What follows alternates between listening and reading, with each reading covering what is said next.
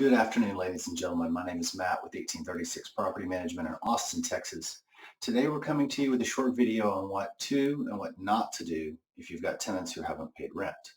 Now, each state is different, each municipality is different, and some of these are going to be specific to us here in Austin, Texas, but we wanted to at least give you a little something so that you could manage your properties if you are managing them alone, and so you can feel confident if you do have a property manager that you're headed in the right direction. So, since COVID's hit, life has changed dramatically. Everything we were always taught was do things by the book, do things that affect everyone uniquely, or excuse me, uniformly, and everything should be across the board, no special circumstances. Since COVID has hit, everything has become a special circumstance. The courts aren't meeting. Municipalities have created new laws which haven't been tested yet, may not even be legal, but are still in effect until they go through the courts. So what do you as a landlord to do? The number one thing I want you to take away from this video is communicate. Communicate with your tenants, talk to them. Open communication is going to help you solve this sooner and the tenants come out better so that both parties are going to win. Some tenants will be able to pay, some tenants won't. Some owners will want to use the security deposit and evict the tenant when this is all over, and some will simply want to work out payment plans and see what they can do to benefit those guys.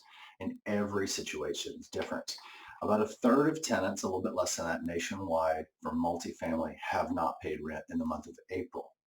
May 2020 is going to be even worse. Our tenants were down to a little over 3% that we still have in flux, and we're communicating with those guys each and every day. So listen to the situation, show them that you care because you're not going to get out of this by being a bully, and let them know that you still ask them to take care of your property and you're going to do your best to take care of them. But honestly, nobody knows what they know, what's going to happen in the future. So you're going to have to do the best you can. Don't threaten them with eviction today. It's not the time. Everyone is in a heightened sense of emotion. None of us know what to expect. And the truth is, you can't evict them today.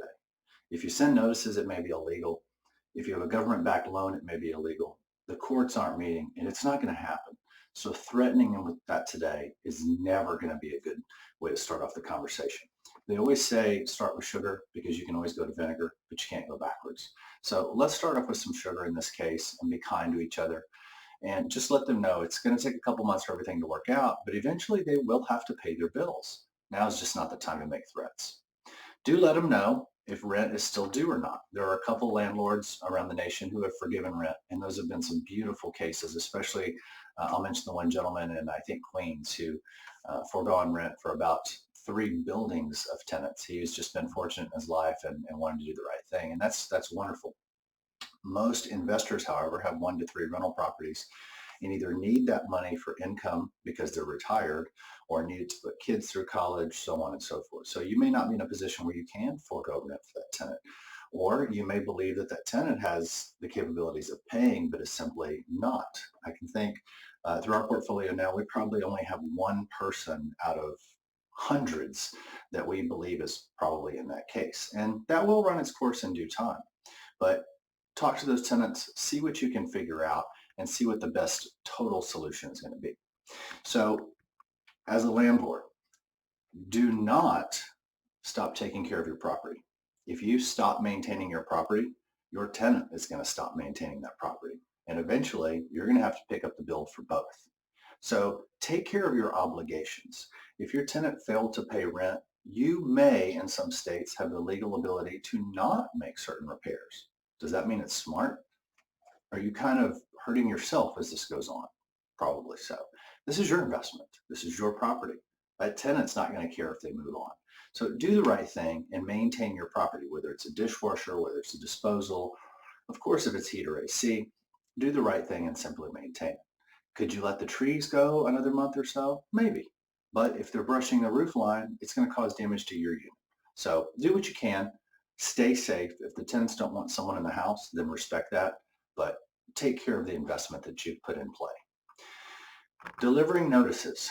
There are some municipalities who have said that if you deliver a notice, it has to be in a certain way, a new notice, and there's nothing prescribed on how to do it. Find out what's going on with your municipality, your county, and your state. If you don't know, now is an excellent time to consult with a property management company or a local attorney. because you could easily create a fine of up to $500 per day if you do this incorrectly. And I'm speaking about Texas, not California or Washington, where it's much more difficult. If you're in Washington State, Oregon, or California, and you don't have a property manager today, you're really putting yourself in jeopardy. The laws are changing so fast and they're so stringent. I cannot even imagine owning a rental property in those states without a manager. In Austin, it's gotten tough quick. There's a lot of nuances that individual investors don't know and prefer to ignore. But now is not the time to get creative and find out that you're at the other end of a lawsuit from the Austin Tenants Council, who works for free to support tenants because you made an error or didn't know better. So find out what those local laws are, or speak to a property manager in your region. Delivering those notices is always going to need to be done in writing, certified, regular mail, or posted according to state law. But again, you're going to need to find out what these specifics are for your region. Do keep good records of everything. We highly recommend email communication and documentation. Do not text with your tenant. If you text with your tenant and you go into a court of law and you want to show the judge your phone so they can read the text and they're not printed out, your phone may become evidence submitted to the court, which you may not get back. So email is considered professional communication in the US, and documentation is no different than you've heard some FBI people on the national level documenting their conversations. Take written notes, date times, and emails. Those can be printed and handed into the court should you need to do so.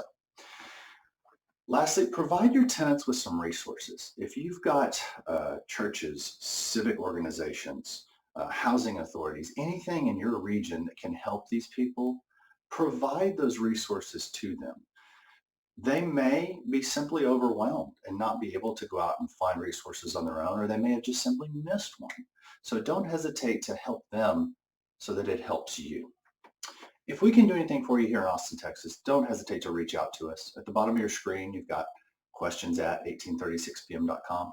Send us your emails, send us your questions. We're happy to create FAQs or videos for you during this time of need. And if you need management in the city of Austin, give us a call. We're here for you 24/7, even during COVID. 1836propertymanagement.com. Thanks for your time. Good luck out there.